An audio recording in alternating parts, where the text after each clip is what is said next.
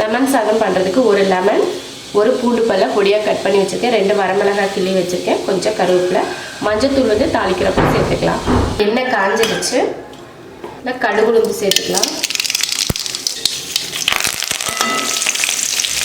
கொஞ்சம் மஞ்சத்தூள், கொஞ்சமாக தான் உப்பு சேர்க்குறேன். ஏன்னா நான் சாப்பாட்டில் உப்பு போட்டிருக்கிறதுனால கம்மியாக உப்பு சேர்த்துக்கிறேன். அவ்வளோதான். இப்போ அடுப்பு ஆஃப் பண்ணிடலாம். இப்போ ஆஃப் பண்ணிவிட்டு லெமனை புழிஞ்சிக்கலாம். லெமன் புழிஞ்சாச்சு. இதில் சாப்பாடு போட்டுக்கலாம். அவ்வளோதான், லெமன் ரைஸ் ரெடி ஆயிடுச்சு. அடுத்து தக்காளி சாதம் பண்ண போகிறோம். 3 தக்காளி, 1 பெரிய வெங்காயம், 2 பச்சை மிளகாய் எடுத்திருக்கேன். 3 தக்காளியை அரைச்சி எடுத்துக்கலாம். எண்ணெய் காஞ்சிருச்சு. கடுகு சேர்த்துக்கலாம். கருவேப்பிலை, வெங்காயம், பச்சை மிளகாய்.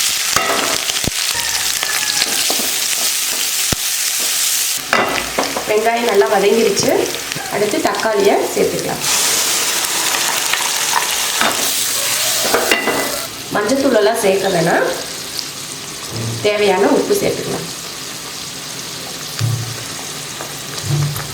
தக்காளியில் இருக்க தண்ணி வற்றி எண்ணெய் தெளிஞ்சு வரும். அப்போ நம்ம சாப்பாடு போட்டு கிளறிக்கலாம். அது வரைக்கும் வேகட்டும். தண்ணி வற்றி எண்ணெய் தெளிஞ்சு வந்துச்சு. இந்த சாப்பாடு சேர்த்துக்கலாம்.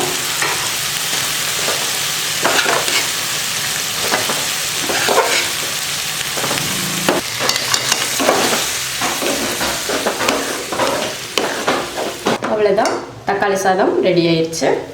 அடுத்து புளி சாதம் பண்ண போகிறோம். அதுக்கு வெந்தயத்தை வறுத்து பொடி பண்ணி எடுத்திருக்கேன். 1 வரமிளகாய், 1 பூண்டு பல் எடுத்திருக்கேன். 1 லெமன் சைஸுக்கு புளி எடுத்திருக்கேன். எண்ணெய் காஞ்சிருச்சு. அதில் கடுகு உளுந்து, கருவேப்பிலை,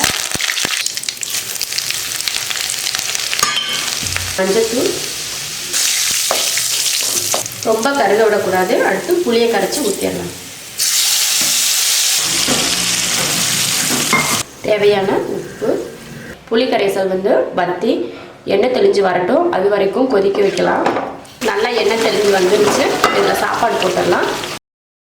அவ்வளோதான், புளி சாதமும் ரெடி ஆயிடுச்சு. புளி சாதம், லெமன் சாதம், தக்காளி சாதம் 3 ரெடி ஆயிடுச்சு.